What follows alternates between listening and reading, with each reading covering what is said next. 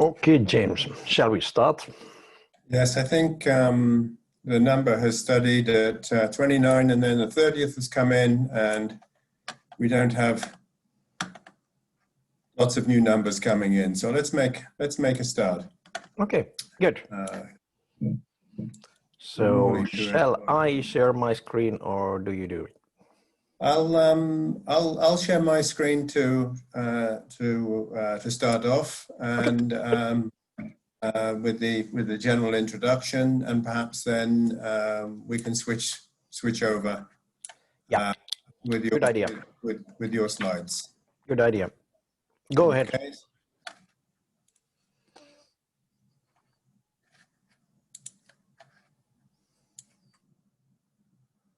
Just to get a confirmation that you should see an opening slide there. Antti, can you comment? Yep, sure.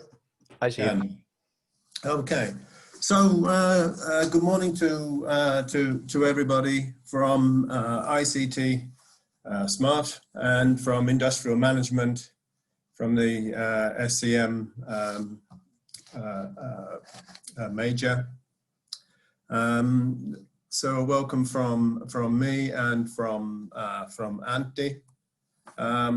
We're using Zoom, as you all know, and I can see already that the general protocol for Zoom is that on big meetings that we keep the microphones muted and the videos are off, so we don't hear all the coughs and sneezes and all those sorts of things. But I could see that everyone's mics were muted already. So if you have an interruption, please just do so, just as in the classroom, just interrupt and ask a question as we go along. So an update which is, I think, fairly obvious from our welcome message and from the general messages that have been put around, that we're now doing this course online. It's a cross-disciplinary offering from ICT and industrial management from our relevant majors or areas of study. And we won't have any direct classroom contact sessions during this autumn term. We're going so remote, but we're synchronous. Okay, we're doing this in real time. It's not an open learning platform which you can come to later.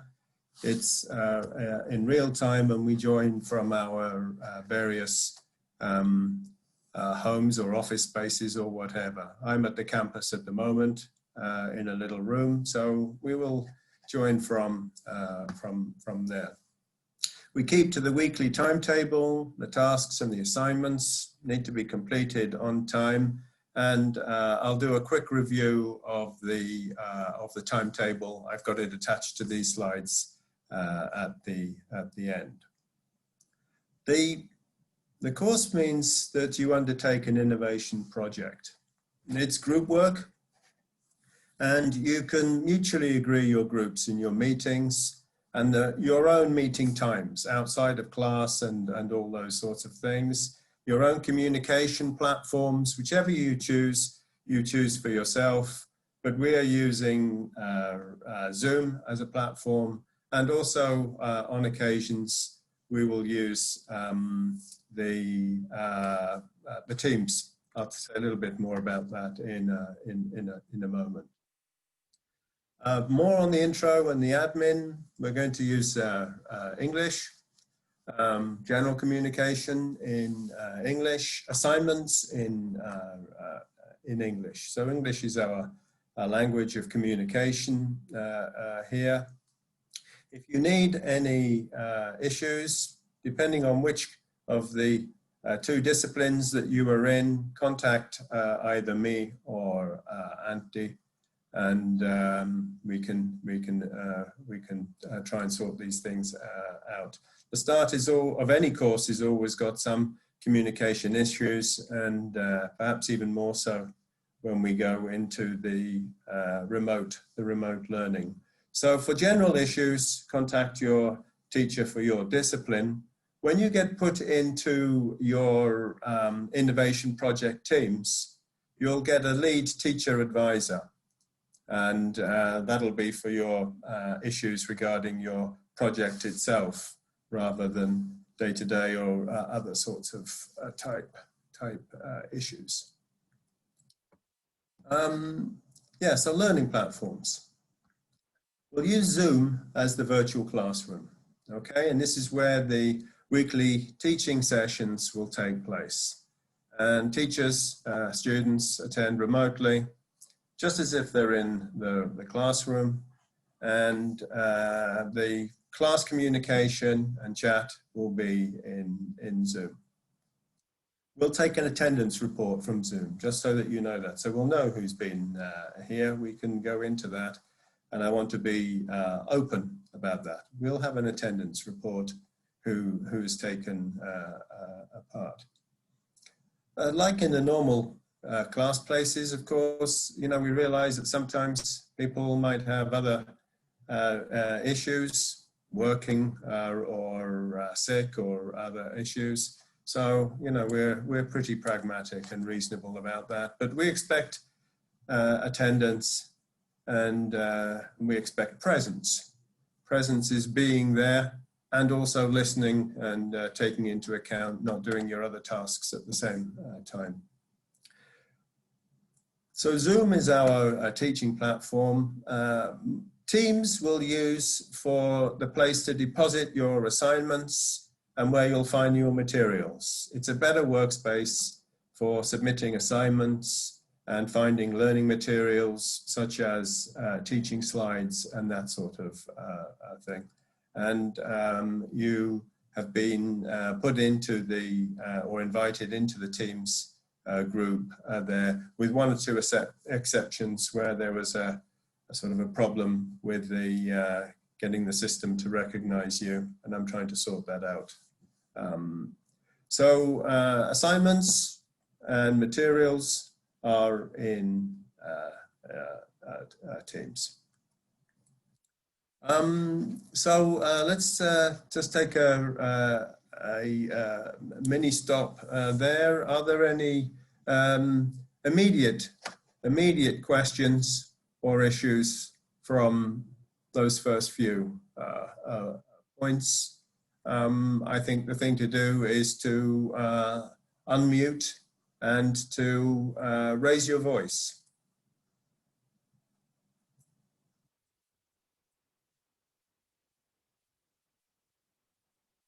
Okay, let's move forward onto the next issue.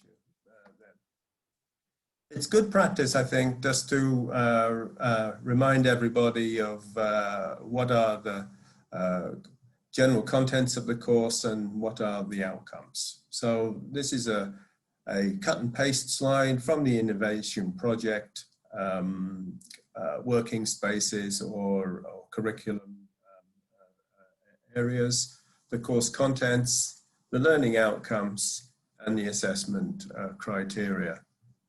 Lots of lots of innovation projects across the campus, all taking part from different disciplines, but they all have this exactly the same description, and it's fairly generic, really. But the planning, the implementation, working in groups, and producing something in terms of this innovation work. The innovation project that you do, some of the skills that you put in, the design skills or the supply chain skills, or all these sorts of things, these come from your learning elsewhere. Okay, the sorts of skills that Anthony and I will do are complementary to those. They're about team-working skills, how to do project management, timekeeping, and these sorts of things. And we'll give you some class materials on how to do this project management, how to work together, and these sorts of things. You'll see this from the timetable and the teaching materials that we're going to teach you. So the learning outcomes, you can read that in your own time. And just to remind you then, the assessment is on the grade scale, the 1 to 5 scale. It's not simply pass or otherwise. You can look at these and remind yourself of these in the workspace or in your curriculum or whatever. We have this interdisciplinary concept. Okay. The course design is based on taking an innovation project and interdisciplinary. So ICT, SMART, and industrial management students work in each of the project teams. Okay. This is not dissimilar to how projects are in working life. We come from our different areas of expertise and put in our input on the areas of expertise. For the project, you're expected to self-organize into these cross-disciplinary teams of 3 to 4 people. So having people from ICT and from IM in a particular project, bringing in your areas of expertise, your areas of interest, and those sorts of things. And therefore, the project outcome, the innovation project itself, will have these cross-disciplinary contributions. I have a slide which I'll show you in a moment to illustrate that in a very generic way. So this is teamwork or group work in 3 or 4 people. Antti will also tell you a little bit more about this shortly. We accept that where the team working is very challenging because of the COVID situation, that it might be possible to do an individual project. This is not encouraged at all, but if there are issues there, we'll listen to your plea or to what you've got to say. And but doing a project is more demanding. You have to cover a lot more material, but we'll listen to this requests if any come. The way that we've set things up, and I'll show this in the timetable shortly, is that you get some prior teaching sessions on skills, guidance, how-tos, and those sorts of things to support your project. And then you do the project in your own teams and in your own groups, and working out your own arrangements on how you get this work done. The idea of our teaching then is to help you in this particular innovation project, but also to give you ideas and skills for the future on how you can make project work and group work do it well and successful. Here's a generic example, if you like, of what I mean or what we mean by interdisciplinary concept. So just developing some sort of clean, smart gizmo is the project. And of course, that project then has quite a few different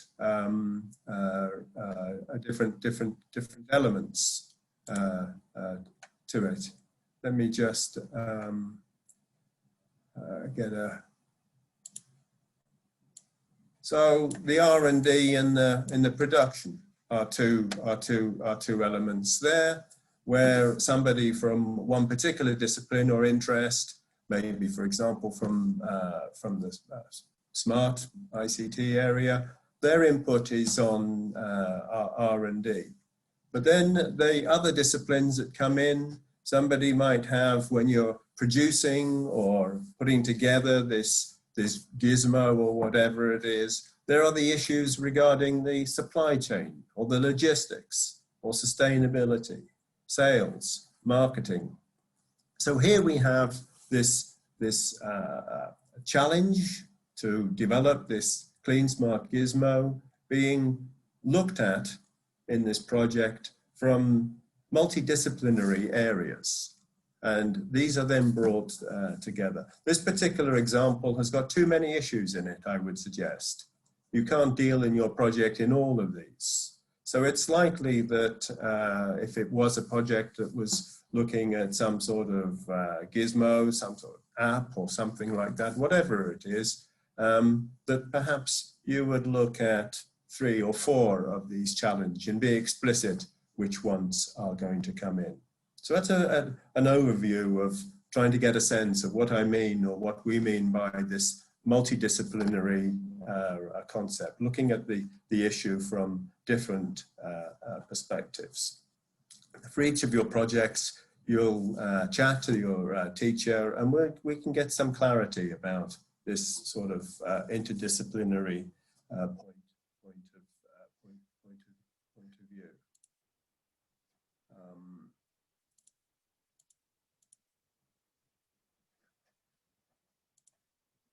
Let's come out of here. Yes, okay. In this COVID situation, we see, Antti and I have discussed this through, and we see 2 types of projects at the big level. So there can be a real case innovation project in a real organization, perhaps an organization in which you might be working. So you're working in there and you see an issue or a challenge and whatever, and you're doing this as a company project, if you like. And we call it the company project, a real case one, working for any of the firms that you're working in. So a company project. It might be that you don't have access to a company. And although there are some innovation projects generally available, under this COVID challenges, we don't have a whole pot of company challenges that we can hand out to people who haven't got a project. The companies are not giving us too many projects for our students to get involved in. They have other priorities. So in these challenging times, if you can't access a real case company, we can do, or you can do a realistic conceptualization, an as if you like. You have a realistic type company, and you then describe a challenge or a problem or something that you would like to do for this made-up case company, and you simulate the project. So we're calling that one a simulation project. So you can do a company project or a simulation project. Both of those will be acceptable in this innovation project. We can clarify that for you later if it's a little bit unclear.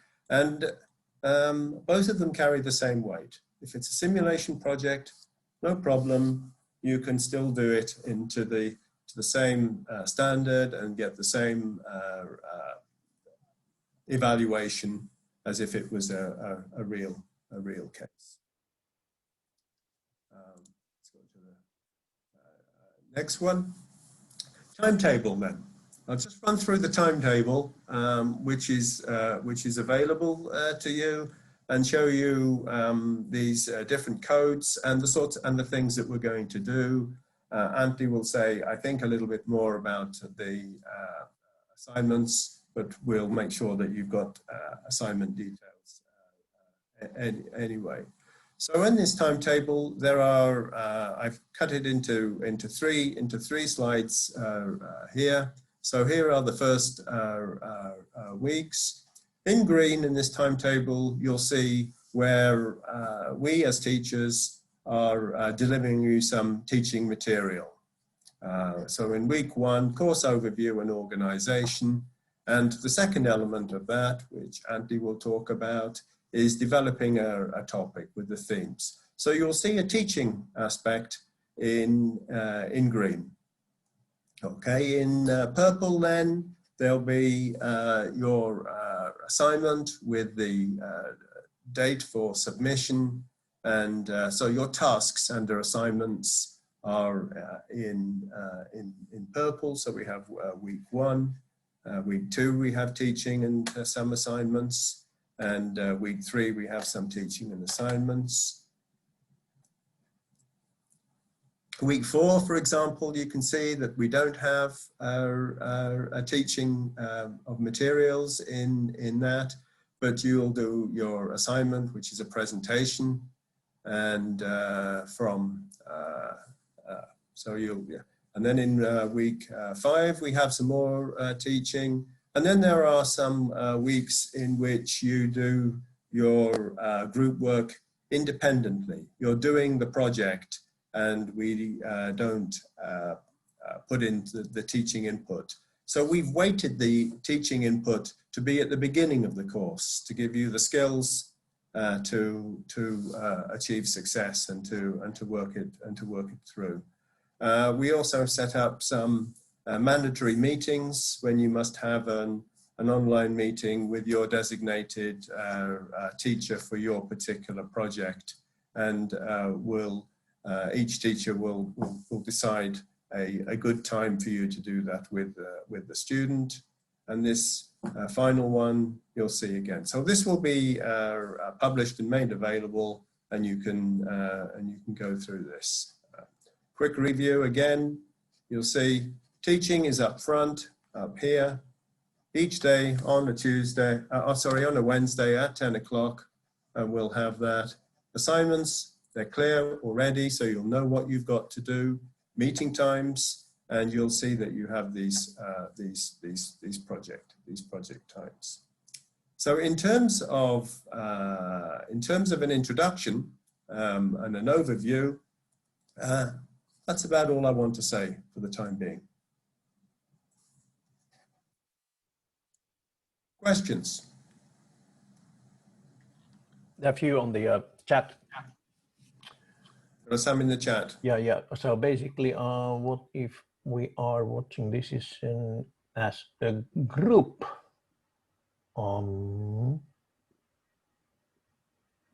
Okay. I didn't quite get it.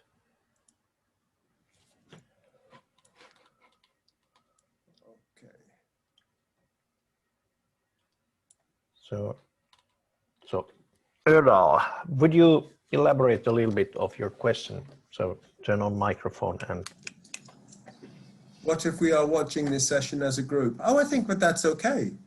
Oh, okay, yeah, of course. Of course. If you're you watching, don't have to be alone when you are watching. No, no. Yeah, okay. Oh, now I got it. Yeah. In fact, when I came into the campus, I could see some students sitting around. Definitely. They're on this particular program or whatever. But you can certainly watch it as a group. I mean, I think our obligation is to tell everybody, be mindful of the distancing rules. Make sure that you're aware of distancing rules and be mindful, obey those rules. I mean, you can self-organize. You can watch it as a group, even though you might not be in the same group team. So you can come together at the lesson time and watch it as a group. Or if you wish, you can get into your groups for your project and watch as a group. So I don't know if that answers your question, Elias. Put your mic on and say whether that's clear. Okay. And then next, is there lecture recorded for later viewing? Yes. At least I am recording, probably also James is recording. So I will be posting that one on the our Teams. I created a stream channel on the Teams, and you can watch this later on your own time. It will take a while. Yesterday I have an evening class, about 1.5 hour recording. It took about 2 hours to process there. So, but it will be there. It will be there. And then there's a question about the self-organizing as cross-disciplinary groups. We had a plan for that one, but maybe we will elaborate a little bit of that one later on. Right. Yes, it's another good question from Elias. And Elias, we have thought that through, as Antti has said. So wait Andy's description of that, and then so we have a plan on how that will be achieved. If it's still unclear, drop us another note. Yeah. But before that one, there are some individual assignments. So don't jump into making the groups yet. Although I know from the experience that it's hard to, you know, stand back a little bit on the beginning of the project. So it's really, you know, at least I have the, I'm eagerly starting working, but on the other hand, on the process point of view, it would be better to a little bit design it first. Okay.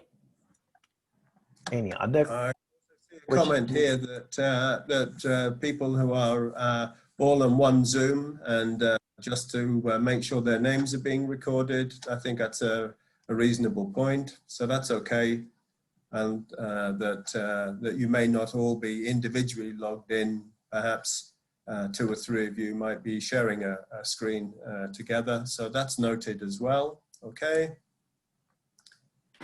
And then there's the Emmy is asking if he's posting the 3-minute video mandatory if I already have a team. Well, we haven't accepted the team yet.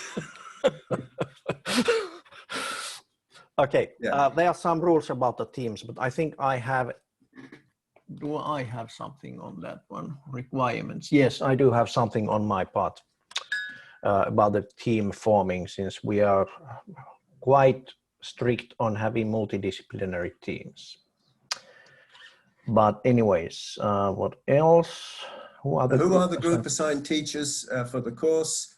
Well, the two teachers for the course generally are me and Antti.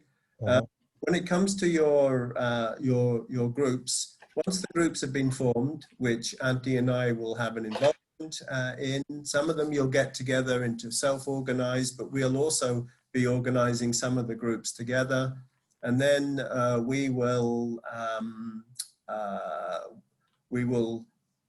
dish them out between us. We'll share them out between us, and we'll tell you who is the designated teacher for the for teacher advisor for each group. I think we're going to tell you that in week 3.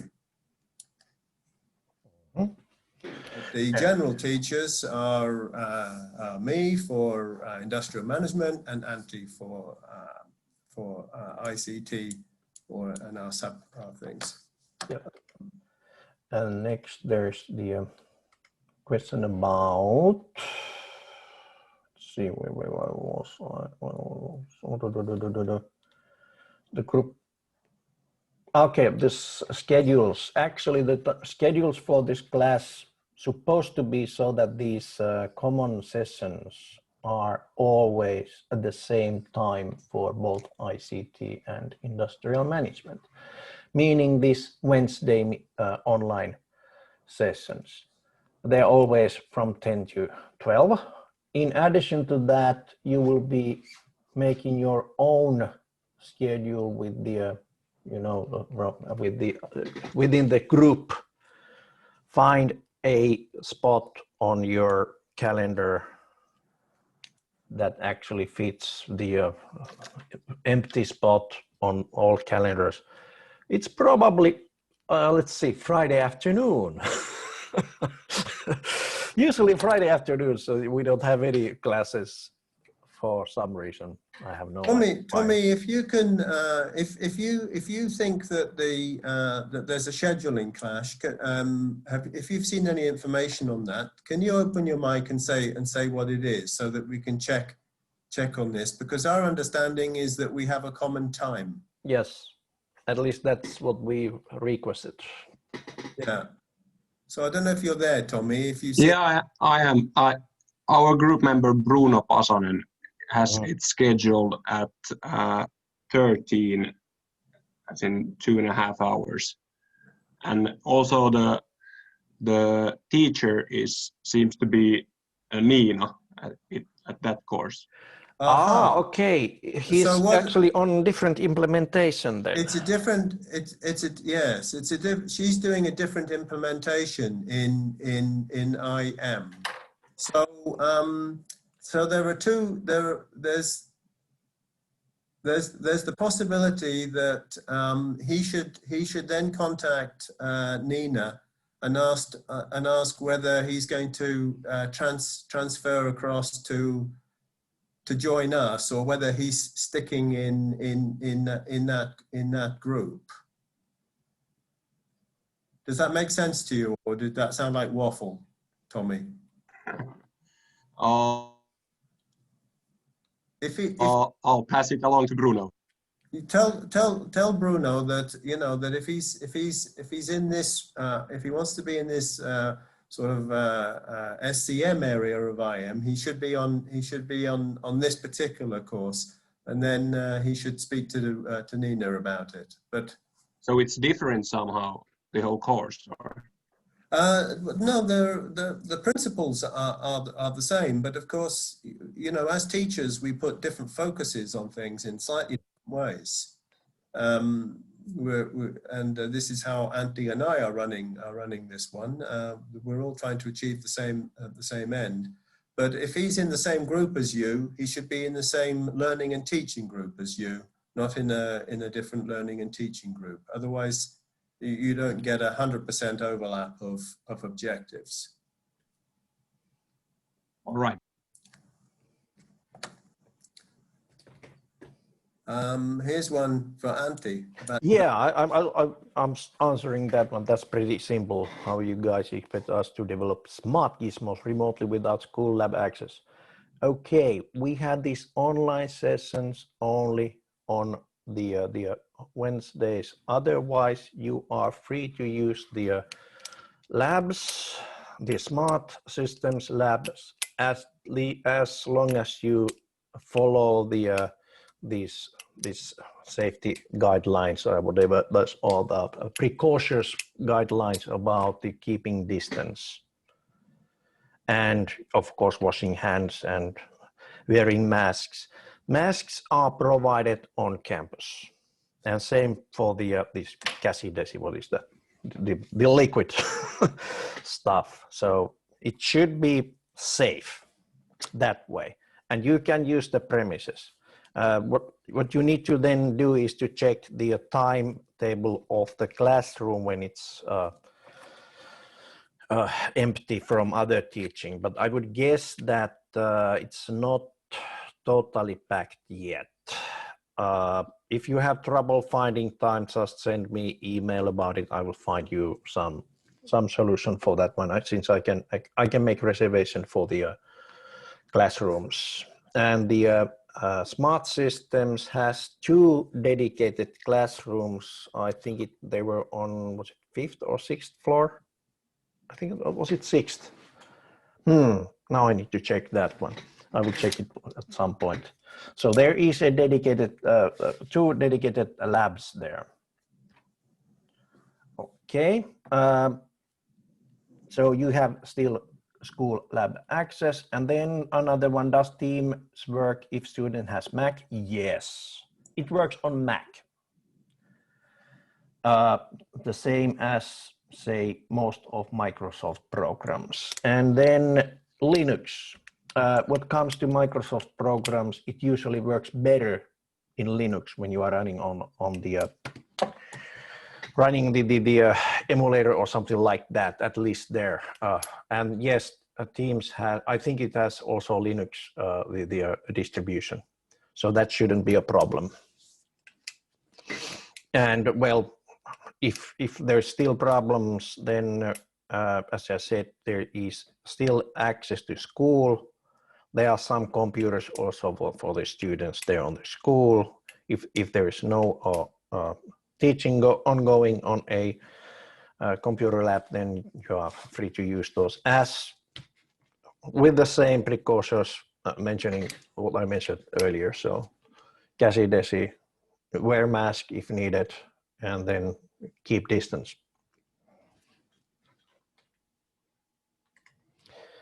Okay,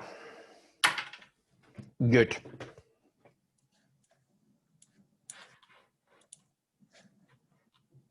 Any other questions?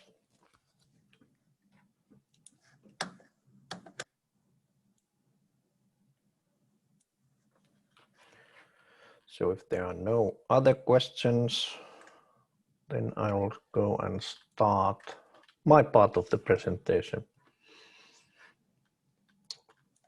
Just a moment, I will do something here first. So just to make sure that everyone knows where the material are, I will start sharing my screen here. Screen number 2. There we go. So all the material is actually on the innovation project ICT, smart and industrial management, the Teams space. And when you go to general, there is the files and class material. You can find all the material there. There's also some data from the previous years on that one. If you think it helps you, sure, go ahead. You can read those. They are not secret. This is open learning environment. But there are also as you can see, the previous presentation, Innova Project 2020 by James. And now I will be showing this Innovation Project 2020 by me. You can also find here assignments will be here. The first one is already there. I will show you a little bit later. And then also the link to the video recordings will be here. So all the material regarding this course, these implementations, both implementations will be here. Okay, good. And just to check that you hear me, would somebody say something? We hear you. Excellent, thank you. Now I will just turn on my presentation mode. Good. All right. So this is the innovation project, and my topic here is the how to develop a topic. So where to find a topic. First, a little bit about what is the innovation. There are so many definitions. By the way, I have an announcement that my internet is not that stable. Sorry about that. I will try to release some bandwidth by closing extra programs in here first. There we go. Good. So one definition is innovation is a novel solution to a real problem. Okay. So innovation is not just an idea, but it's an idea which is actually already processed, developed further, creative matter, with maybe some with inspiration, vision, growth, that kind of things. And those are the parts where this innovation is made of. It's concrete and tested. And in our case, I would say the engineers usually are working on products, sometimes also on services, but mostly say products. And for us, basically, it should be a marketable product, meaning that somebody has a need or desire for the product. And basically also it creates value for the person who has the product. So basically those are the key things behind the innovation. What separates innovation from just a good idea. Okay, where to find topics? Two kinds of topics in this one. If you are working on a company or just happen to know somebody in industry who has a problem that can be solved by student work, yes, ask your boss or your contact there if you can get the topic from the company and start working as a student project there. There also already have been some of you have sent me email about the okay, I would have a topic probably from the company I'm working with. That's good. That's actually excellent topics. Those are excellent topics. They are really real problems, real life problems or challenges. If you don't have these external or industrial company projects, then basically what you can do here is to explore your own topic. But that has to still fit that the end product would be something marketable, which creates value. And it should be somewhat tested. Meaning basically think of a gizmo you wanted to create to become entrepreneur and either go for your first million or bust. Either or, mostly bust, but anyways. Yeah, which means that absolutely no solo projects. Solo project means that you will do it alone for your own purpose and never tell anyone else about your project. Then this is not your implementation. No hard feelings if you want to skip to another implementation, which gives you the opportunity to explore your own idea. However, the idea behind the innovation project is not just to make that product or gizmo or whatever, but learn, say, these cross-disciplinary skills, soft skills. That's the bigger thing, actually. On the process, of course, you will be able to create something new gizmo. And of course, your own topic works only if you get your group to work on your topic. Okay, especially your topic. Now we have about 40 students on a class. Some of them has already some industrial projects, but anyways, the rest of you will be divided in groups of 3 to 4 students. And basically, each group will decide, or actually was it so that me and James will decide what are the, oh, no, we have a system for that, yeah. So there will be only one idea to develop as a product on this, as a teamwork. So, okay, so those are more or less the rules. But anyways, there is some bargaining to do also. You can then, as long as the group works on one innovation project, it's okay also to change the idea on the beginning. Is that correct, James? James is, yeah. Did you get it? Yes. Yeah. So yes. So the principle is that everybody pitches their idea.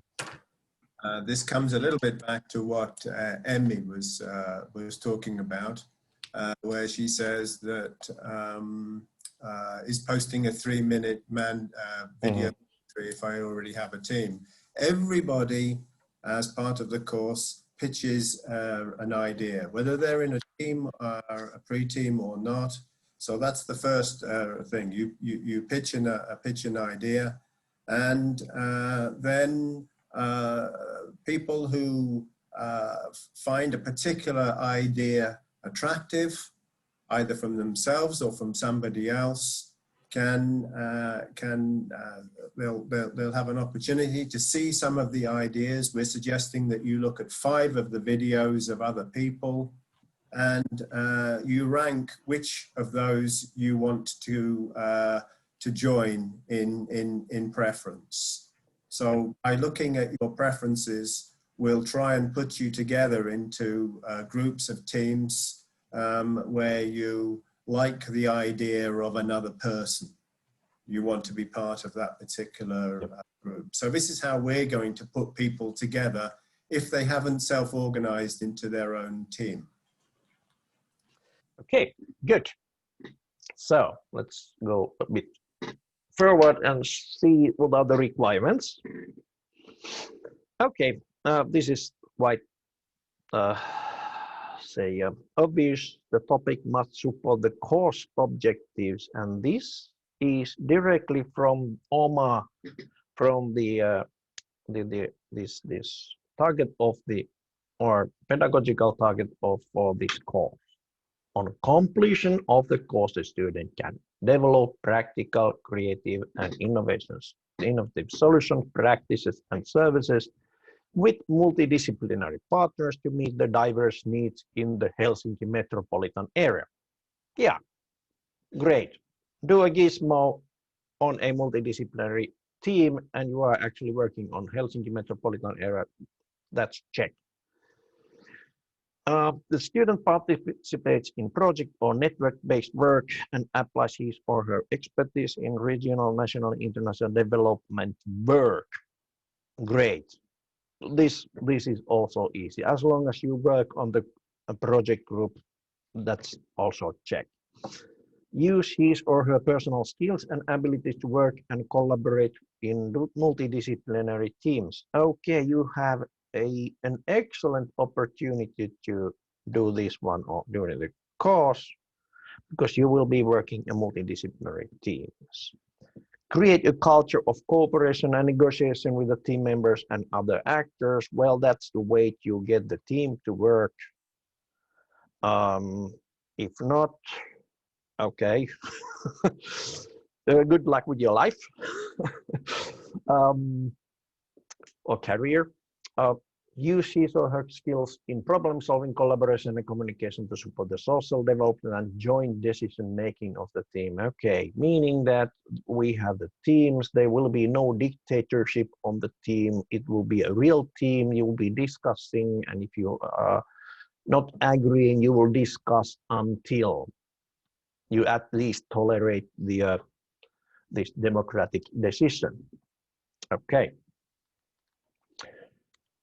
Oops. And then requirements. Dream big. Anything is possible. This is probably the first and maybe the last time in your engineering education that you can try to shoot a moon, meaning that basically you can try to make almost impossible things without punishment.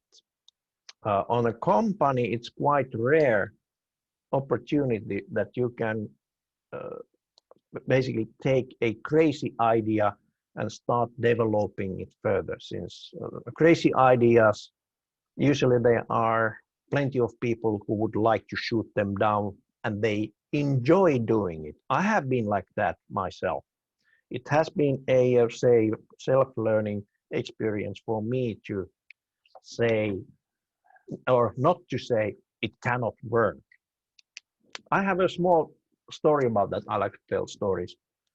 Hyundai company, South Korean company, and there was a grand old man, Mr. Hyundai, founder of the company, and at one point they were actually just for these big ships and sea containers, and then they had a board meeting, and Mr. Hyundai actually told the board meeting members, okay, I have been thinking that maybe we should start to go into car manufacturing business.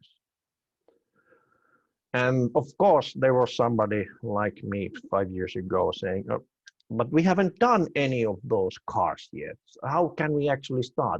It's too difficult for us. We cannot do it."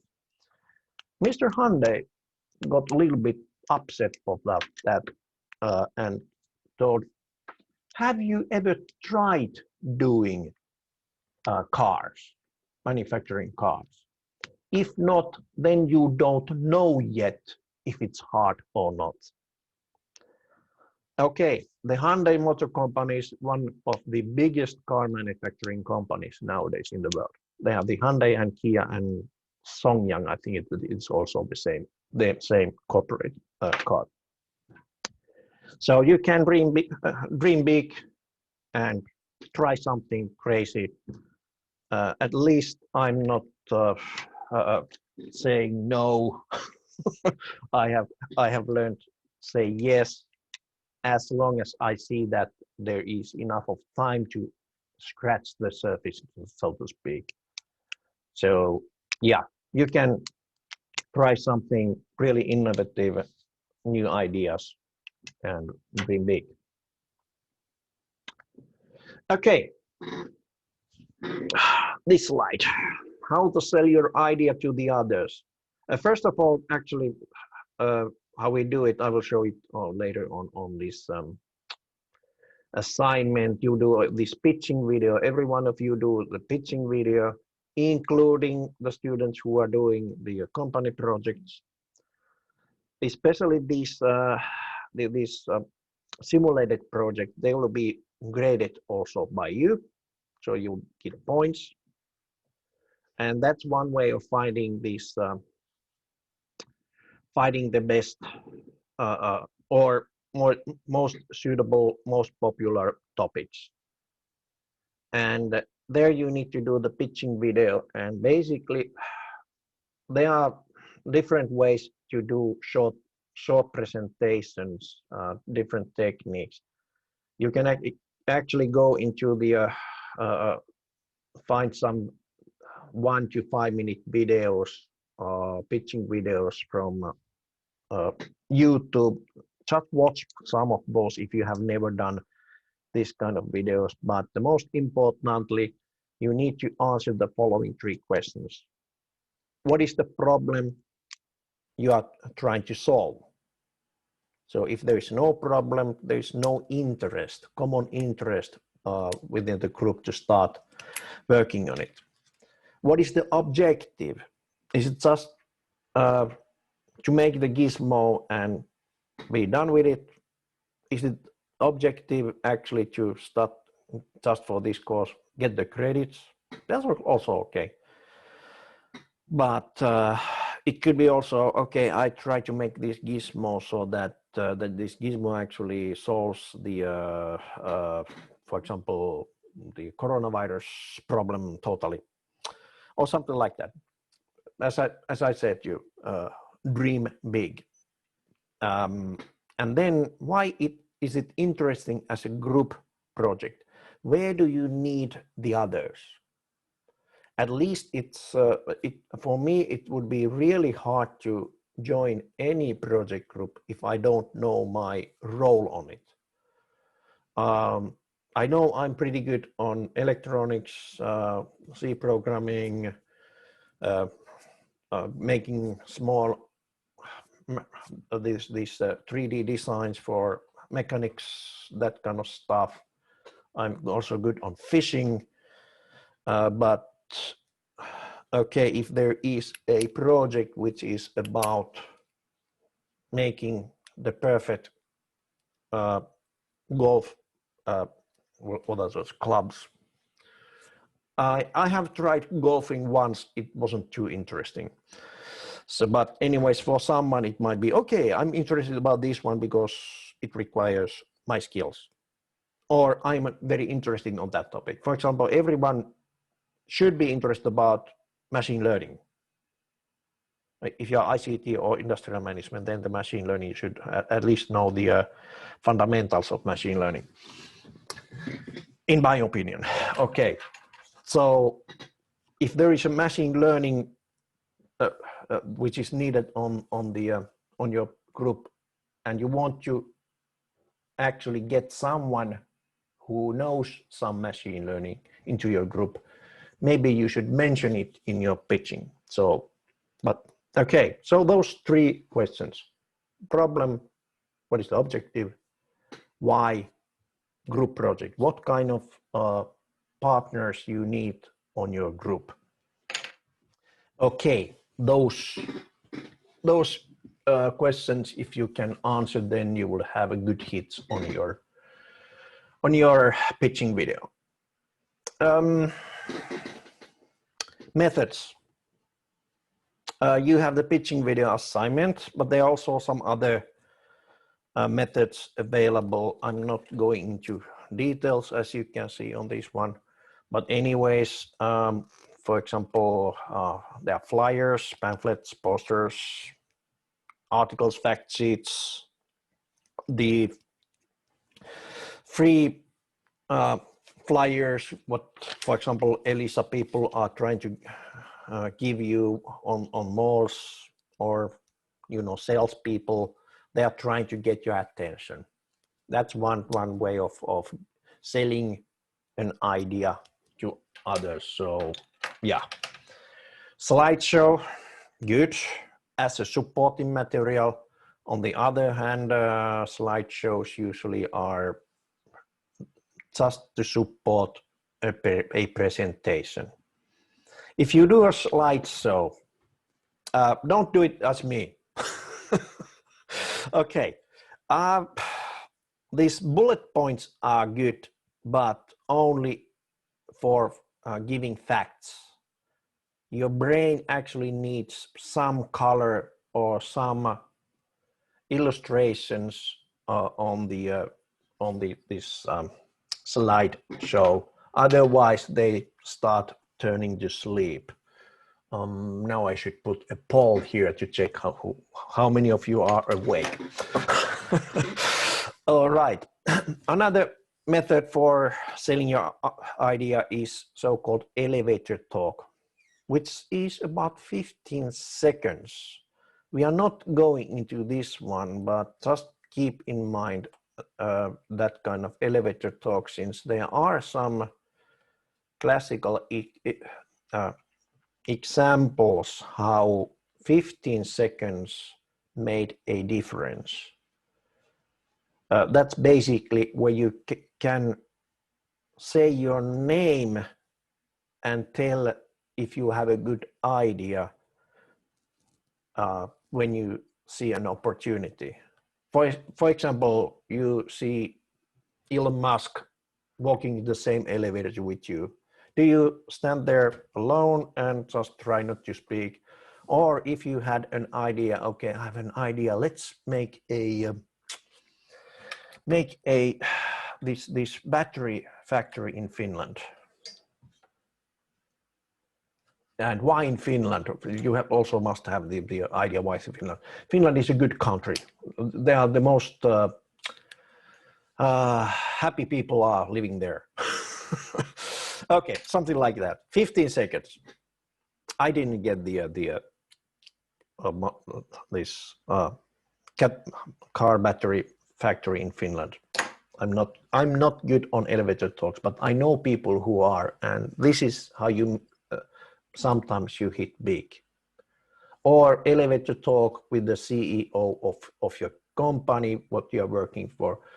If you have an idea of improving some process or a product, please don't shut up when you have opportunity like that. That makes big difference in the world. Okay, pitching talk. Talk actually requires some practice. This pitching talk means that you will be on live audience, and usually the pitching talk is 1 to 2 minutes. But as it requires some practice, then basically we have this pitching video, and 3 minutes long. which is easier than 2 minutes, even easier than, and then of course easier than 1 minute, and talking about that 15 seconds what you might have time. But we had to start from somewhere. Your first assignment is to do pitching video of 3 minutes. I will go to the instructions later.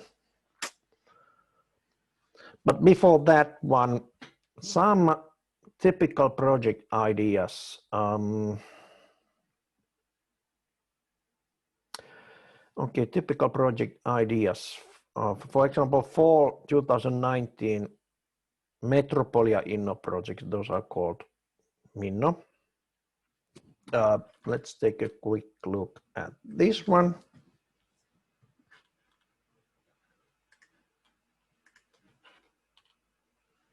Did it go into the right place? Yes.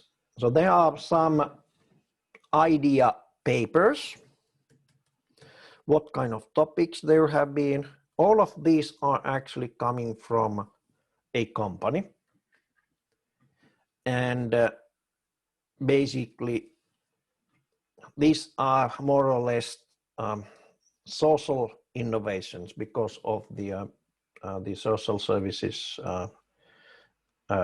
were most, say, active on getting these innovation projects from outside of Metropolia. There's a topic called Inspired by Sports, another one Smart Mobility Hub. Okay, then we have Science and Guiding in a Memory-Friendly Village Center. Okay, then we had a technological team actually in Science and Guiding. Okay, you can do it in so many ways. Or there the HIPAA New Ideas Service Housing into Innovations. But anyways, if you take a look at those, maybe on your own time, but anyways, they are quite broad scopes of the ideas. That there's a need, so that is the idea. It's not innovation yet, it requires some work. It has some brief introduction. Let's open that one.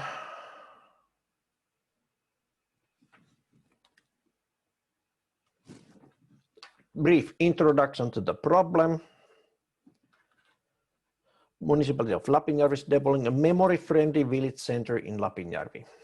Memory friendliness in a population center means that, for example, unobstructed and accessible environment, but also ways to help people with memory problems to orientate and find their way from place A to place B. Okay, that's basically the environment, and then the idea. The problem is that there is no guidance and sign system for example, memory, the challenged people. Okay, that is the problem. Then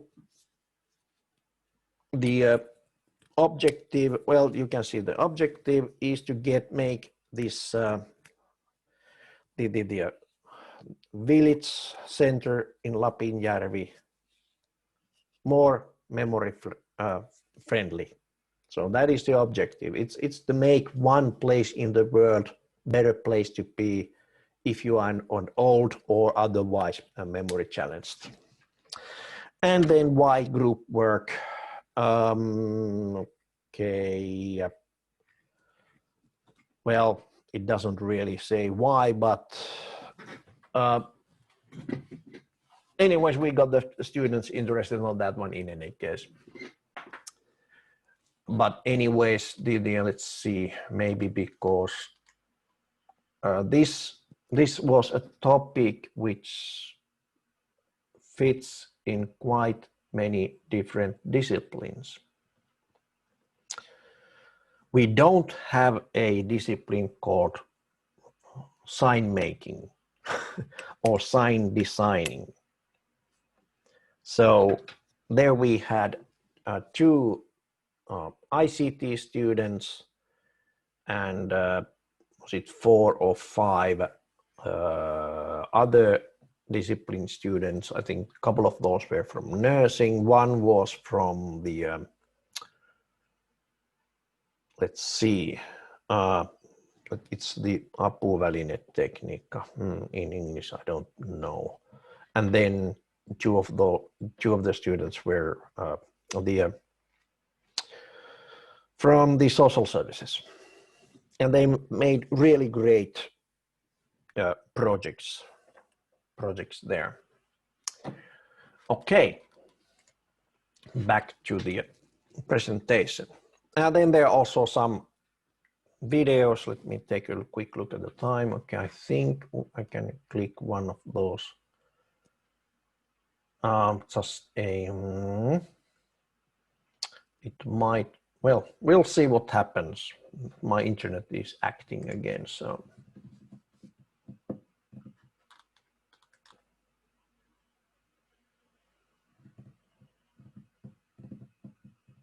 Hello, my name is Tobias, and I'm here to present my project, the audio effects box, or Foxbox in short. The Foxbox consists of a Raspberry Pi and Behringer UMC Dual 2 HDDAC as the primary components, with a touchscreen for the user interface. For software, the Raspberry is running the stock Raspbian operating system and Pure Data, which is an open source visual programming language used to create a wide variety of effects. Audio is a little bit low, but. Behringer UMC 202 HDDAC was chosen because it is portable while providing 24 bits of audio resolution and a maximum sample rate of 96 kHz. It also requires no external power other than provided via USB. The idea of the Foxbox is to create a versatile effects box for guitar and bass for under 200 euros. With Pure Data running on the Raspberry, the user can experiment with effects and chains. This would ordinarily require either hardware pedals or the user to connect everything to a computer. The Foxbox is small enough to be portable, and both the touchscreen and the DAC run with the power the Raspberry provides, so only one power supply is required. Right now, I've done a lot of research for the project, and all the hardware is either in my possession or on the way. Now I need to create some sample effects and then develop the scripts and UI for the touchscreen and figure out how to get the touchscreen to interact with the Pure Data patches. There are many effects that can be done in Pure Data, and theoretically they should work on guitar and bass input as well. Effects can be distortion, different filters, changing or adding waveforms, and so on. There are many considerations that need to be taken into account, such as... Yep, okay. I think that's enough. So what I liked on that, the presentation was actually, it was visual until it basically, you know, maybe ran out of time to make enough of these illustrations there. But anyways, it's visual, and narrative is, say, clear. It just needs to be clear. It doesn't need to be perfect. Okay, that's one way of doing. You can see the other ones here. Also the from the documents, and then just one advertisement. I have some old ideas on the still on my Google Drive. There are some, say, for smart systems students, if you don't have any other ideas, take a look of those. If you don't come up with your own, take a look of those. If you basically find a topic here interesting, then you just need to refine the idea so that it will be your idea. You don't have to use this as they are, but you can use this as a basis for your own idea. Okay, ideas. Then we have this industrial management ideas. James, old ideas. Would you, James, tell a little bit more about these? Yes.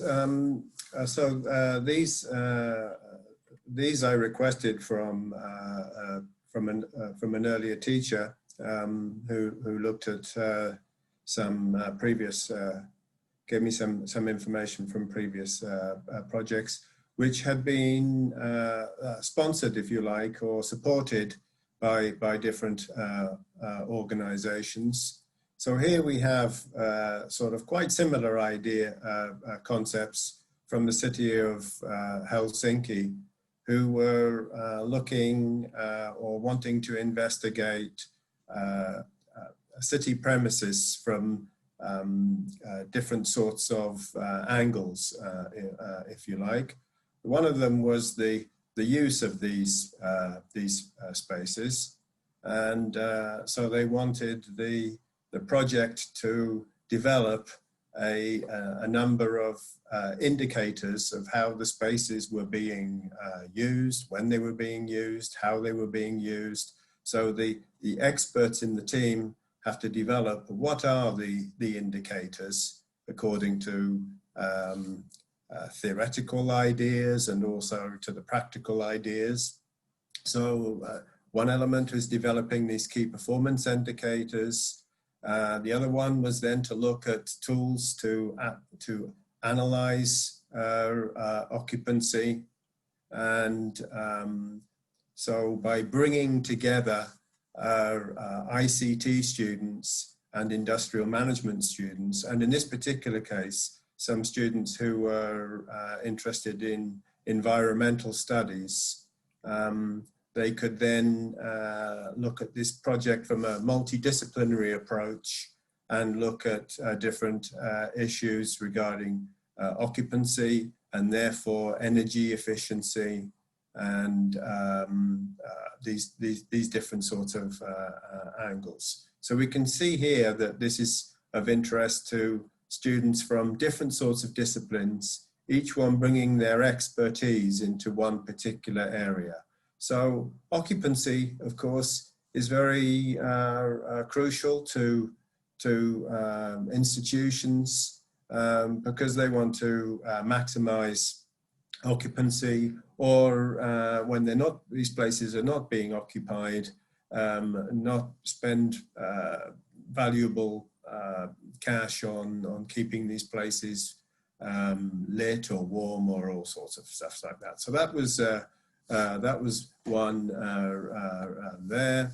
From the same sponsor, then in various city properties, they'd put up these sun shields to try and to make the room more environmentally friendly, heating and lighting and these sorts of things. But they'd had no evaluation of the effectiveness or success of these installations. So the project was then an evaluative project after the installation. So there the students had to look at what sort of data sources they were needed, and then looking at from various areas of expertise here. Interesting again to people interested in sustainability, air quality, energy efficiency, and all these sorts of issues. And a third one, again, to do with ventilation, similar sort of idea, but looking at efficiency of ventilation and heating, etc. in city premises. Some overlaps between these projects, which is perfectly okay. So the particular students, together with the sponsor from the supporting organization, can focus on a particular area of interest. So that's the city of Helsinki one. Next slide, Antti.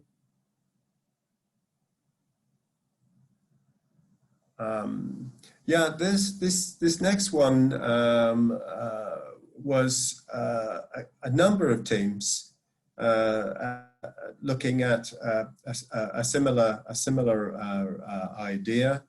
The challenge, if you like, the challenge is around the issue of newcomers to a city or to a community, whether they be immigrants or students coming in, or kids who don't have a good understanding of a city or a community. How can they access information on activities or hobbies and those sorts of things? So a number of teams tackled this idea from different views. In essence, they were developing an app. They were developing an app of, you could download this app and look in the local community what hobbies were available and what activities were available. And again, this is multidisciplinary. There's the design of the app, there's the user interface and these sorts of things, the attractiveness from the design perspective. But then also, how do you market the app? So a marketing aspect here, or promotion, or how do you make it visible to others? That's a different disciplinary. So quite a few people in this particular year did this same challenge, but the teams obviously looked at it and put focuses in different from different angles. And another one here, which was a sponsored app from Fortum, and here was the idea of developing a Google Street View type style application. So as you know, the Street View gives you sort of a much more real interface, but instead of it being on the street, doing it inside industrial plants, so that maintenance personnel and engineers and whatever can navigate their way around these industrial plants. So the development of an application of some kind, again bringing in different disciplines, looking at different aspects of developing that app. So there are some various ideas there. Just while I'm on, Antti, I see that I have and you also have an email from Nina Hellman, who's forwarded some projects from this digital interface. So there may be, we'll have to have a look at these afterwards. There may be some company-sponsored potential projects in that listing. Oh, okay. And then maybe we can post them up in the afternoon. These potential company proposals. Yeah, that's a good idea. They're all in Finnish, so okay. my Finnish skills Okay, are poor. But James, I will make a point here. You cannot, of course, since your first language is English, but I can make this point. Metropolia is bilingual educational environment. The other language is English. That's our official language is English. If the companies want here some international students to work with them, they better have these topics described in English. They ought to. I feel I really object about the we language. have been international for 12 years. You know, it's getting worse. It's getting worse. So sorry about that, students. So opening up like this, but I'm really getting pissed off of this topic. Salama thing, okay? Yeah. Okay. Yeah. Forget it. So no. We are not touching if it's not English. Okay, but some of the I think they've been picked. The ideas maybe in maybe in Finnish, but it could well be that these are projects that can be done in English. Yeah. Okay. Hey, what we can do is actually, if it's a Digisalama, then we can send this assignment to make the pitching video. Yes. To the, I think it's Antti Liljamäki, who is in charge of that, the Digisalama. I will send him I will send him a message to make a pitching video, max 3 minutes, and let's see if it gets the attention. So if you could go a couple of slides backwards, Antti, I just want to. Yes, I can. Um, Can I? Here? One more. One more. Yes, if you could just stop. If you could just stop here, and if I could. No, next one forward. Oh, sorry. Here. Yes, this one here. If I could just make a couple of reiterations around what Antti is being saying. But if you're doing a project work, and here it can be your innovation project, but later it can be also your thesis topic or whatever. But if you're doing a project, the crucial thing that you'll see in anyone who is pitching an idea, you'll see this on television with Dragon's Den or Lion's Den or whatever they call the program these days, is that the first thing is that you should be expressing a problem or an issue or a challenge.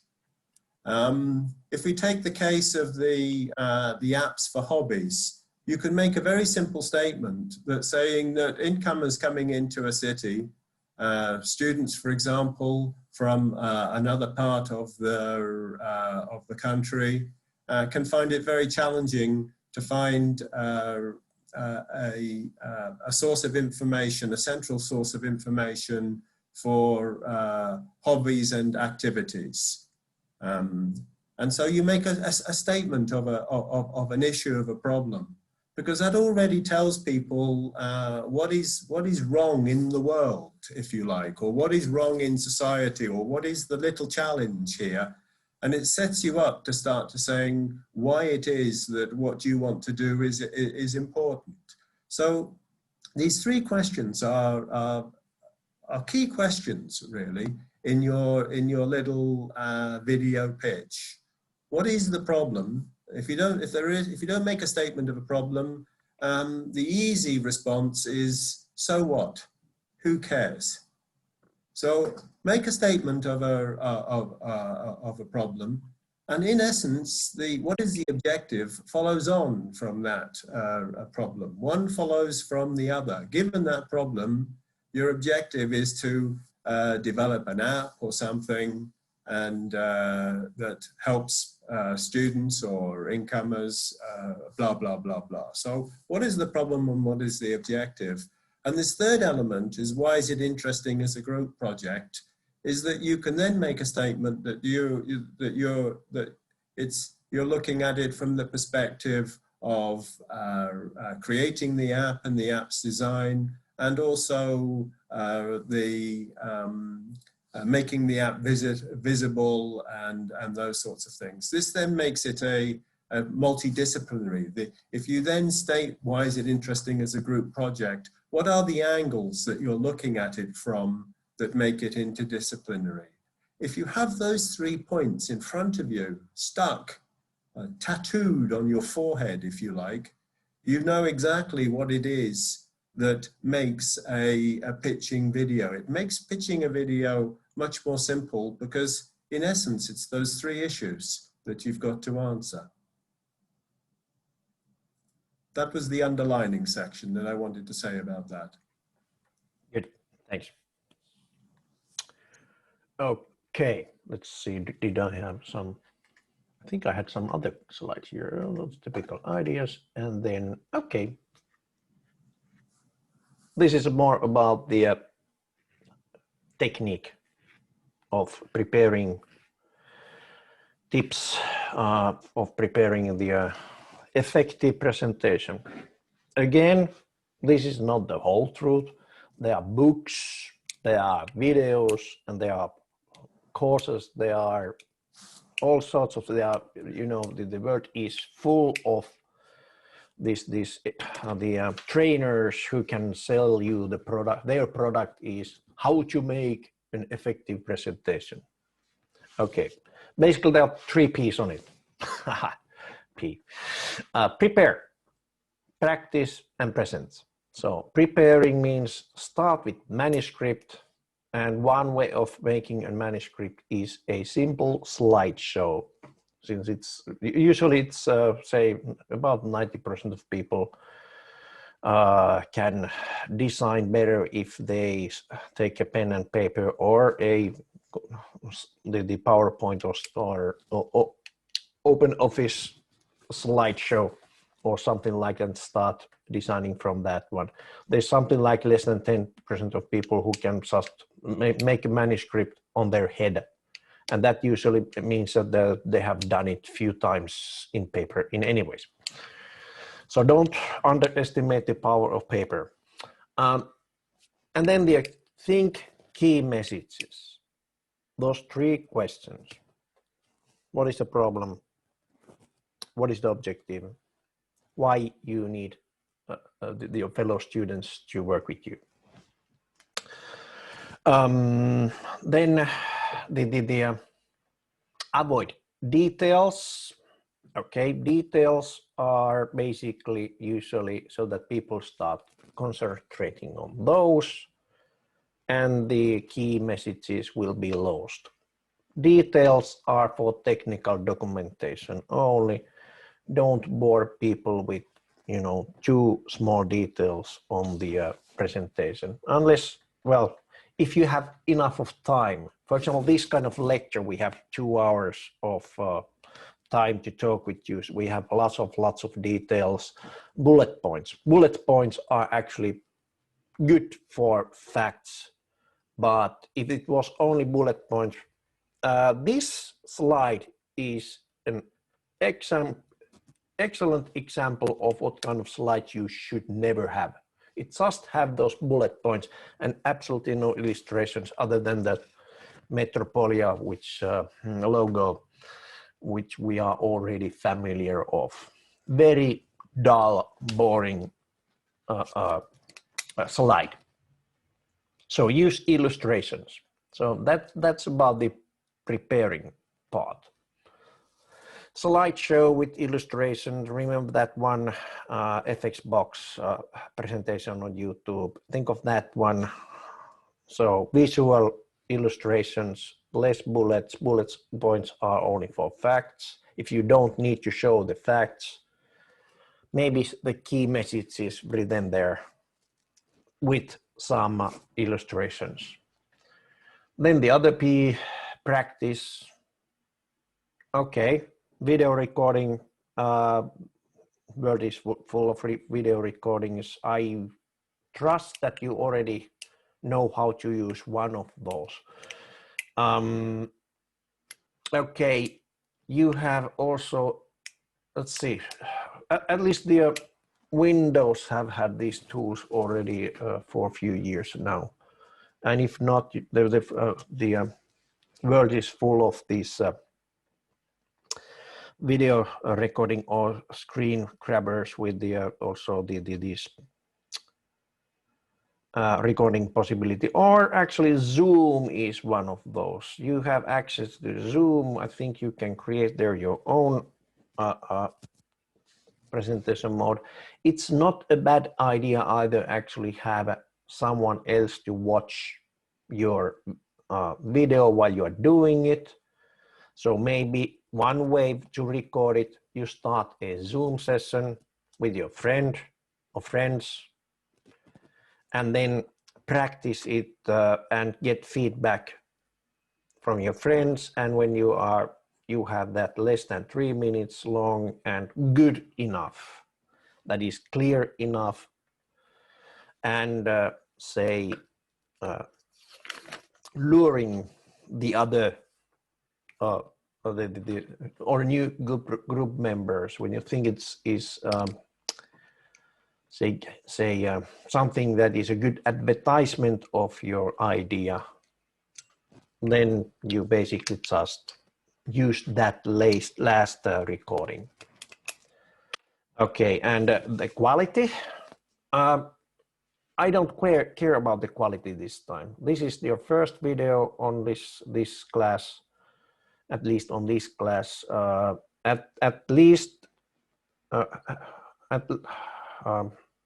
it must have the clear audio. So you should speak there clearly enough.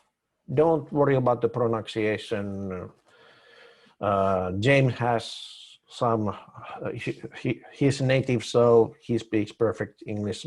I'm struggling always, and my English is totally ruined since I was learning my English in United States, and nobody of them can speak perfect English. but anyways, I'm very proud of that I can speak the most common language in the world, which is bad English. Okay, then the last piece is present. When you do the presentation, this is mostly for, you know, the on classroom or living audience presentations. In this case, for the video, you can, you know, practice until you get it done right. On a real life audience, 2 points: calm down. At some point, for me, calming down means that I will be really nervous until I open my mouth. Then it starts going, but that comes with the practice.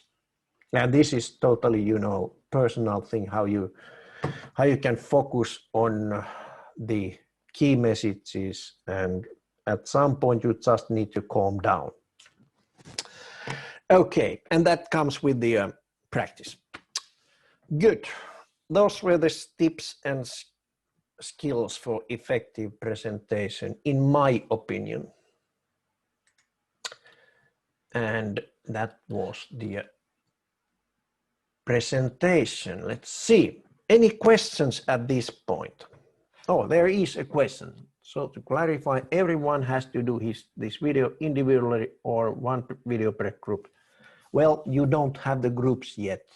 So everyone will do a video of your own topic. If you already have decided your topic within the group, make your own videos, and basically it also brings your own perspective for the group. If you have a common idea already decided, then no worries, you can, each of you have a different point of view of those, and will be showing up in your video.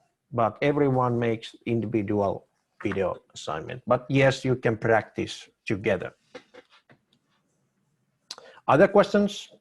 Or shall I show you the assignment? I have a question.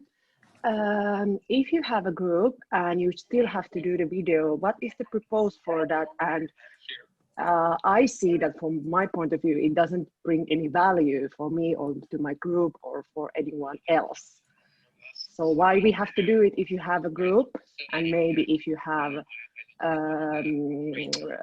the thing which you are going to make in this course? I don't understand. Okay, just to please me.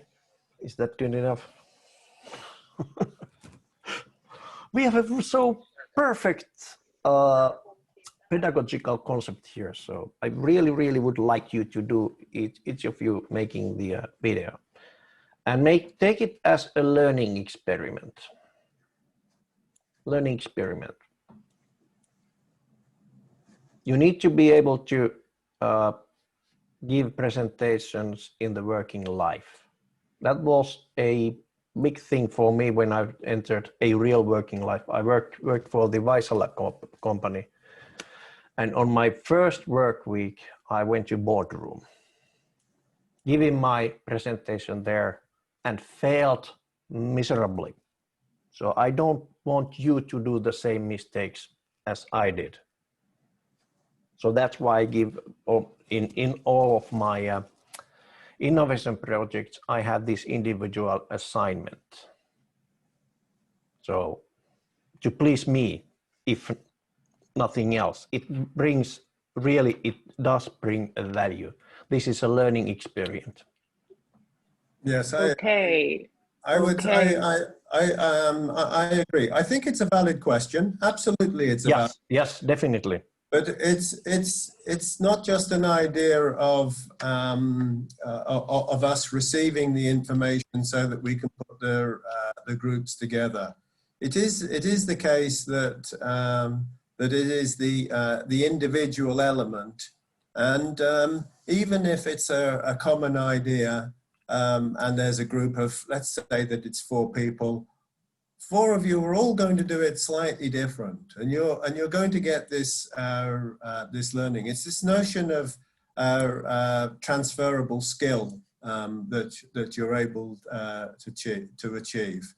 It may well be the case that that you've done many presentations like this in your working life and whatever, and you don't really need this transferable skill.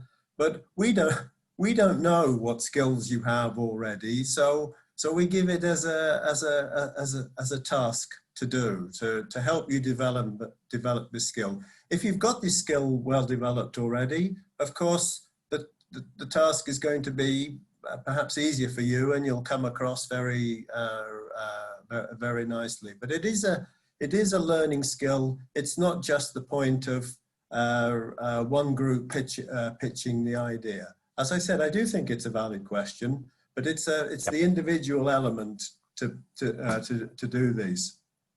So it's a small 3-minute. So this is the individual element, and it's only these first 2 things: pitching this this idea and doing a presentation, and watching them. These are the only individual elements of the work. Then you're moving into to group assignments anyway. So we're not making this particularly onerous or challenging. James, you are really good on explaining this. Yeah, sorry, I didn't do that well. Well, I think. Yeah, I think exactly like that. I think you said the same, but it's we have different focuses on how. And basically all the assignments, what they are basic or will be. There are now currently 2 assignments that they posted. But anyways, they have a reason. They have really good reasons to do it. And we are professional teachers, and our reason is always pedagogical. So we think that, okay, this is useful for learning. And also it helps us to do the assessment, of course, for the course. But anyways, it's mostly done for the reason of learning. Okay. Who is it that made that comment? It was me, Samia. I can't see all the names. Let me just tell you. I mean, Antti likes telling stories, and I can tell a story. I've been at Metropolia for a number of years, and although I have a background in business, I've been teaching. I'm a little bit older, and I've been teaching for 20 years.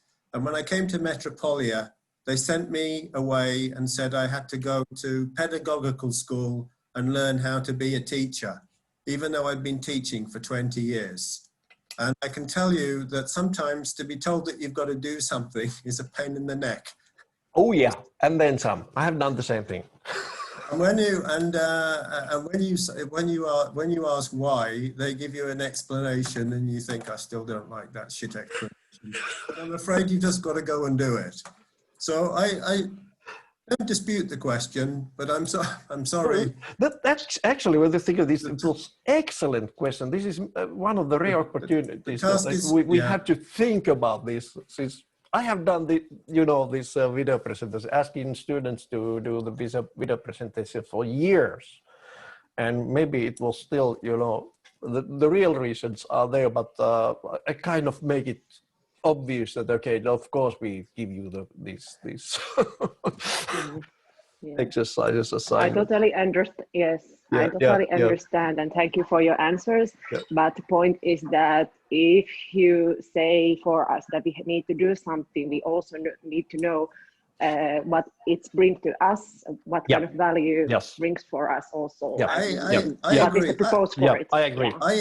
I agree. I agree. I think that the answer that you have to do it because we tell you to do it might be okay for elementary school. In fact, it's hard okay for elementary school.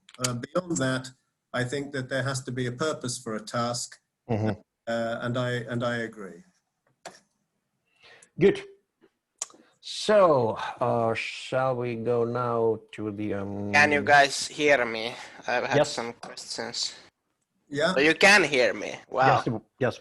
Then I must have fixed the problem like a real professional, because the Zoom did not recognize my microphone, and I had to Google what's the reason. The reason was that you have to allow applications to use the microphone from the Windows microphone security settings. So if anybody has problems, then that could be the cause. I had a couple of questions here that I had. Okay, shoot. So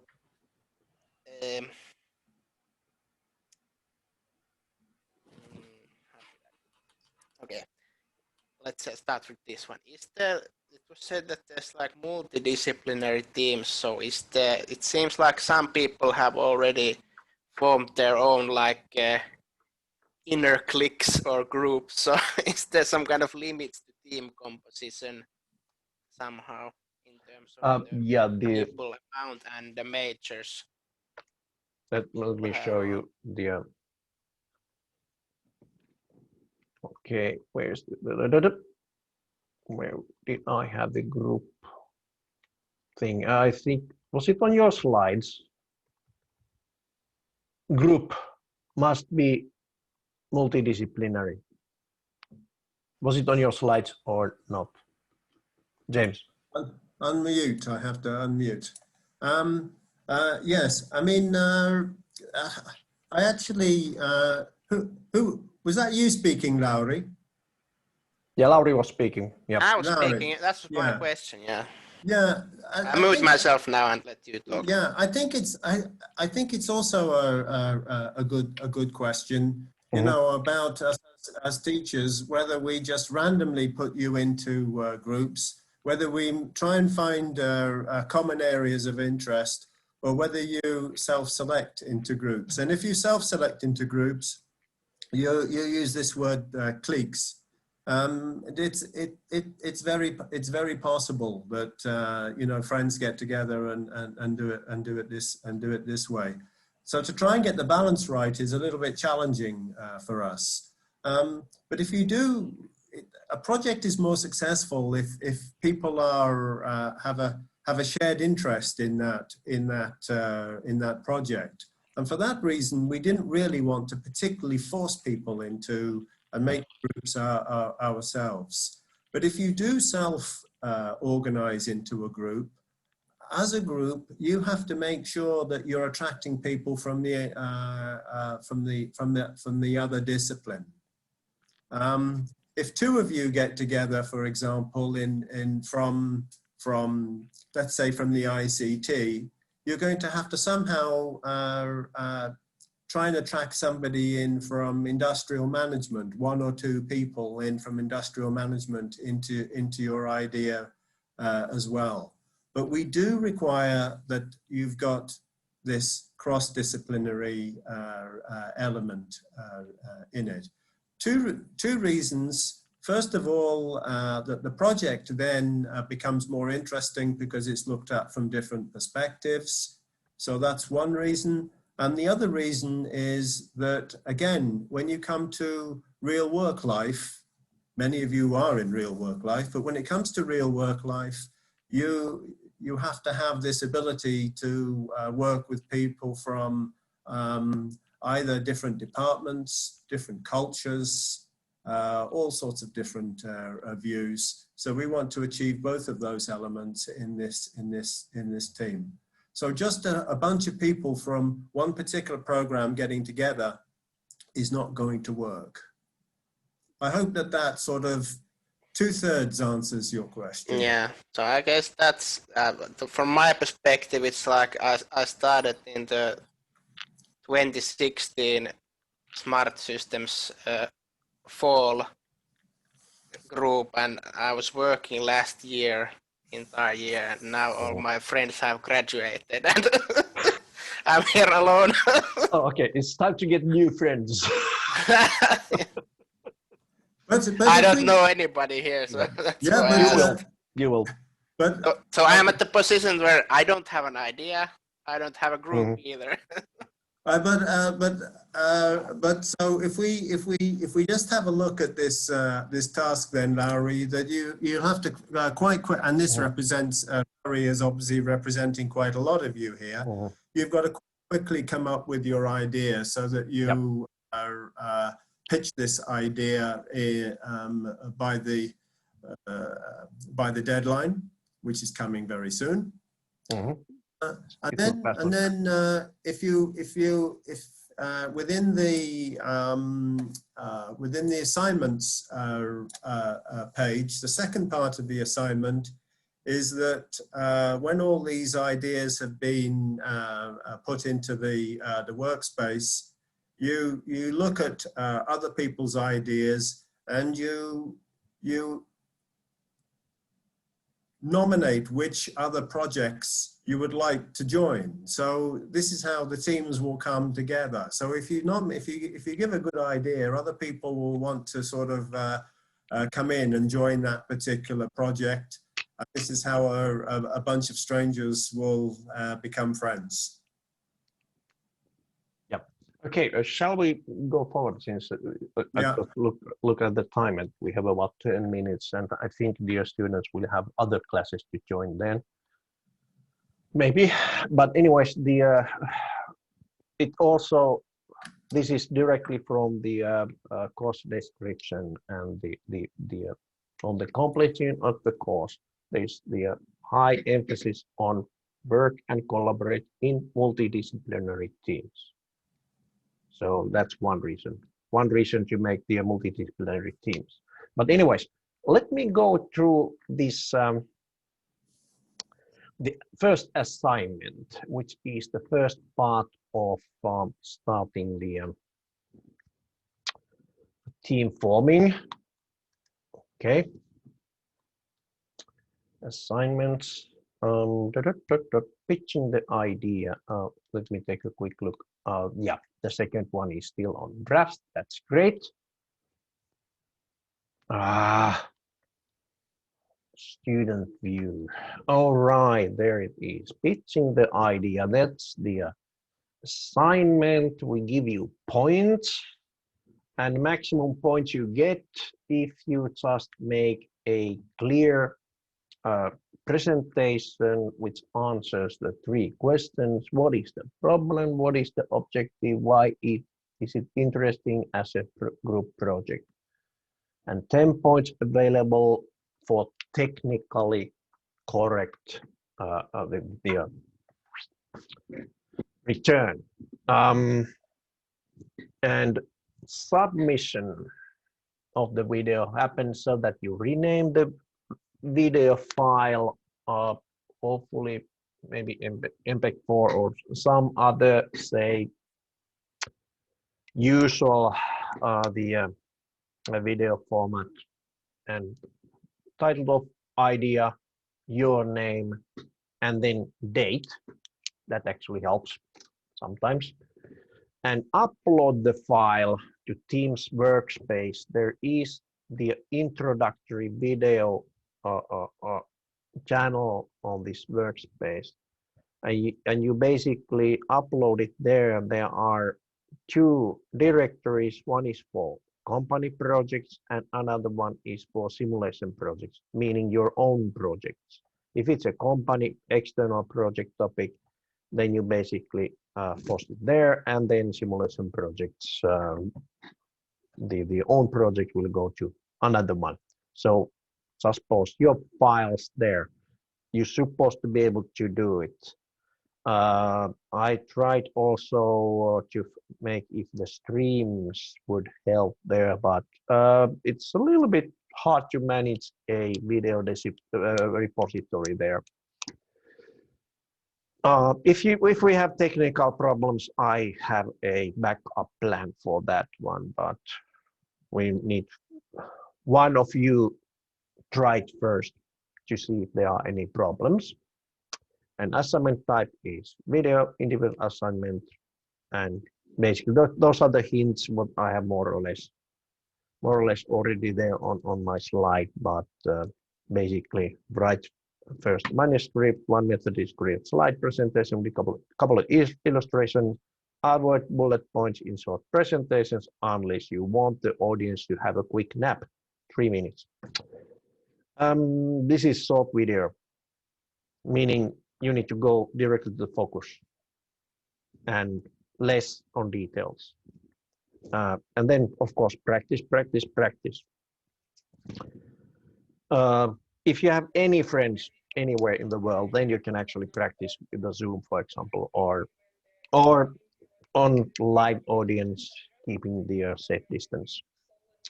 Okay, so any questions about making the first assignment other than what is the deadline? I have a question that this is an individual task. Yes, individual. Okay. Cool. Yeah, individual assignment. And yeah, due date, August 30. I think that was Sunday, right? And there's a good reason why it's Sunday. Let me take a quick look. What I don't know. Yes, it's Sunday. Sunday, yes, it's a good. You can do it. You know, it's 3 minutes. If you have time, do it today. But well, there's also life to live and other causes. So, so basically, on Sunday evening, it's supposed to be there. One way of losing points is to make late the returns. So, but just do it on time, technically correctly, then you get the max points. Because on Monday you will start voting. The second the assignment, it's only on draft this time. We will be posting, or I will be posting this one. I will show it you here to show you know what to do, but or what to expect. But you need to then mark your ranking somewhere. I haven't yet decided if it's directly on the table or is it a form that you will fill. Basically, you need to watch at least 5 videos, pick them randomly as you can. Or, well, there will be something like 30 or 40 videos there, 40 times 3 minutes. Oh, it's less than 3 hours. And think of the 10 credits you get here. So it might not be a bad idea to watch at least the beginning of each video and then pick your favorites and rank the preference. So ranking is based basically on which group you would be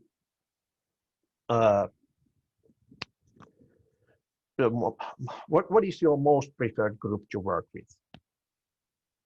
1 to 5. 1 is most preferred, 5 is the least preferred, but still preferred. But anyways, this I will be posting on Monday morning or Sunday evening when I see how many videos there are, or before that one. But anyways, so the second exercise will be also quite fast since we need to do the team forming. Next week on this session, it's basically focuses on making the teams and getting together. So, okay, so on Monday you can start basically also doing your own groups.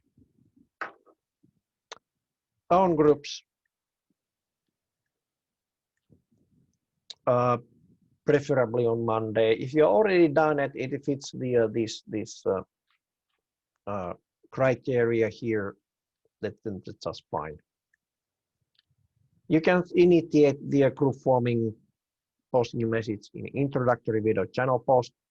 Okay, so on here introductory video, there's also the posts. Project group must have 3 to 4 students. If you have good reason, it can be more. With very, very good reason, it can be less. And it must have ICT and industrial management students.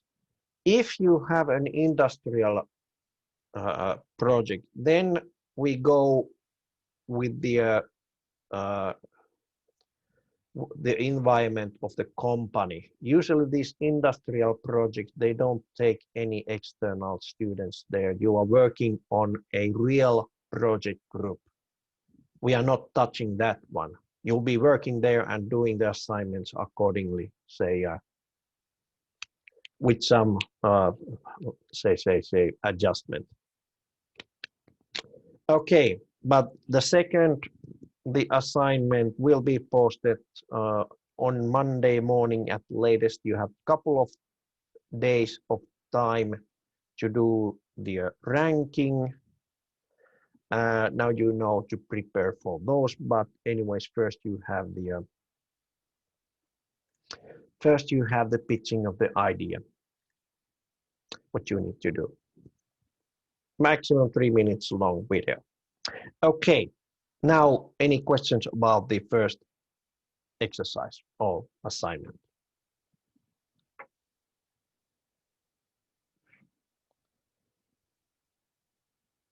Yeah, is the pitching video idea supposed to be just some idea or idea for the project topic? Well, preferably idea for the project topic. What if you don't come up with any idea? Wow. You can borrow an idea. Okay. Yeah, I saw you had a list before. Yeah, I've been there I was had a list. difficulties this morning, Yeah. so I haven't been on Okay. the whole hours we had this lesson. Idea must have a good problem to solve for some cause.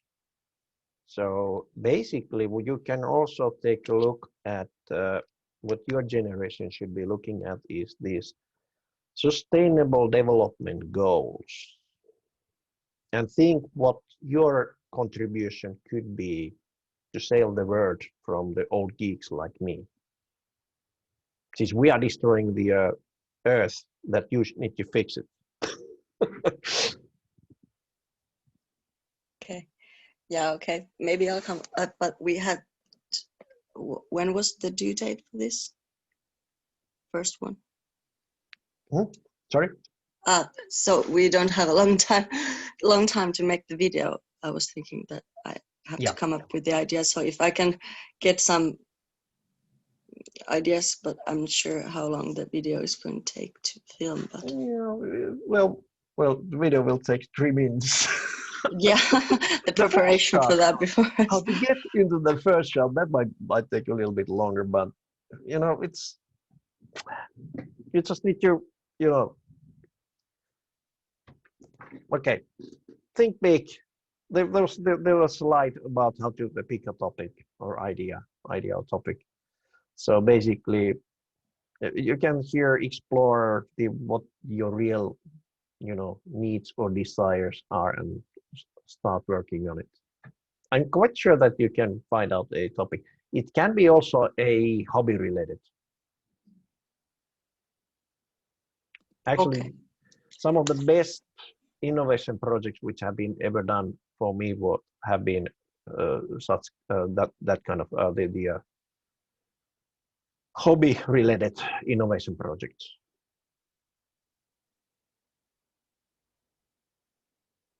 So we have to come up a firm or company in a couple of days. No. It's two kind of. Okay, I'll open it here. Files, 2 directories, company project, simulated project. the company projects, if you are working on a company, then you ask from them if they have an idea, and then it could be your own project idea with no company, external company involvement. Will be kind of just for this course study.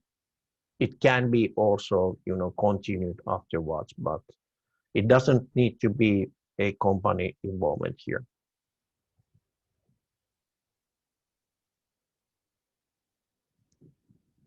But there's actually excellent question for whom we have to do this project. Okay, yes, think of the stakeholders. Who could be the end user of the gizmo? That usually helps you answer the question about the objective. What is the value it brings to the user?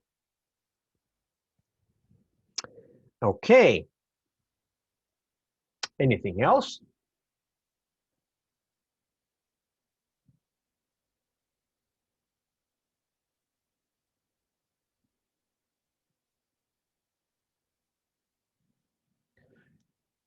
Okay, it seems that all the questions have been answered and we have just 3 minutes overtime. This went pretty well.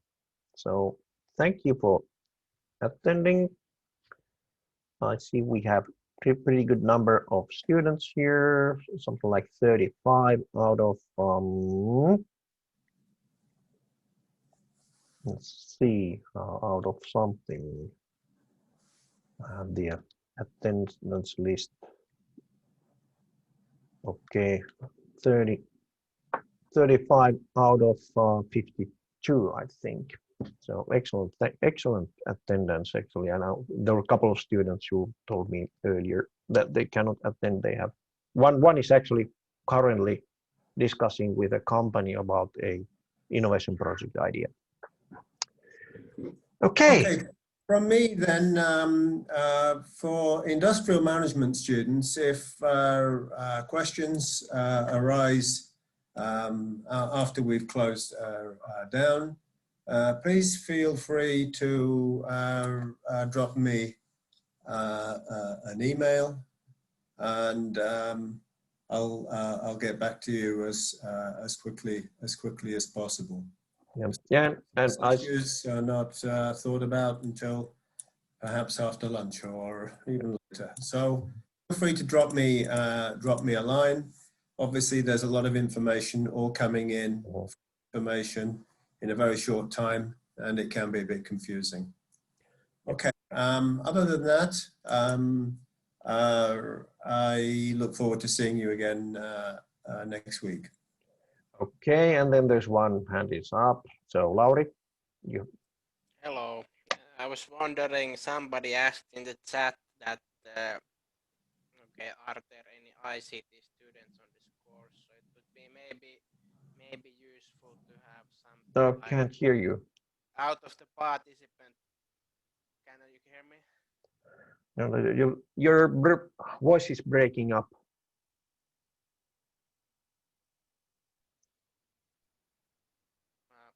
Can you hear me now? Can't hear anything. Your voice, I couldn't hear your voice. Okay, but anyway, so as James said, industrial management students, please free to send email to James. Same thing for ICT students. If you have any questions, send me email, or actually any student can post your question or concern. There's the as you can see, there's under general, there's a posting channel. You can actually go and send messages here. I will be checking this post say now and then, and then actually I think you can use team chat there, or at least if I open that chat channel here. And yeah, there are these modern tools. So let's start using them. The Zoom actually closes when we close this session. But anyways, question is how many are smart systems and how many are industrial management students? We have about, what's it, about 15. Okay, let me not show you this since it has all the names here. Innovation project. There are 14 enrollments on ICT Smart students. So just about half of the ICT Smart students have found this innovation project. And industrial management was about twice that much, I think. That's 37 or 38 students enrolled to the industrial management. So we have, the minority on IT. We need to take a look at the team forming then later on, how to make multidisciplinary, but we'll see. Let's take one step at a time. But now, thank you all. I will be also moving out and stop recording and stop sharing and logging out. Thanks all.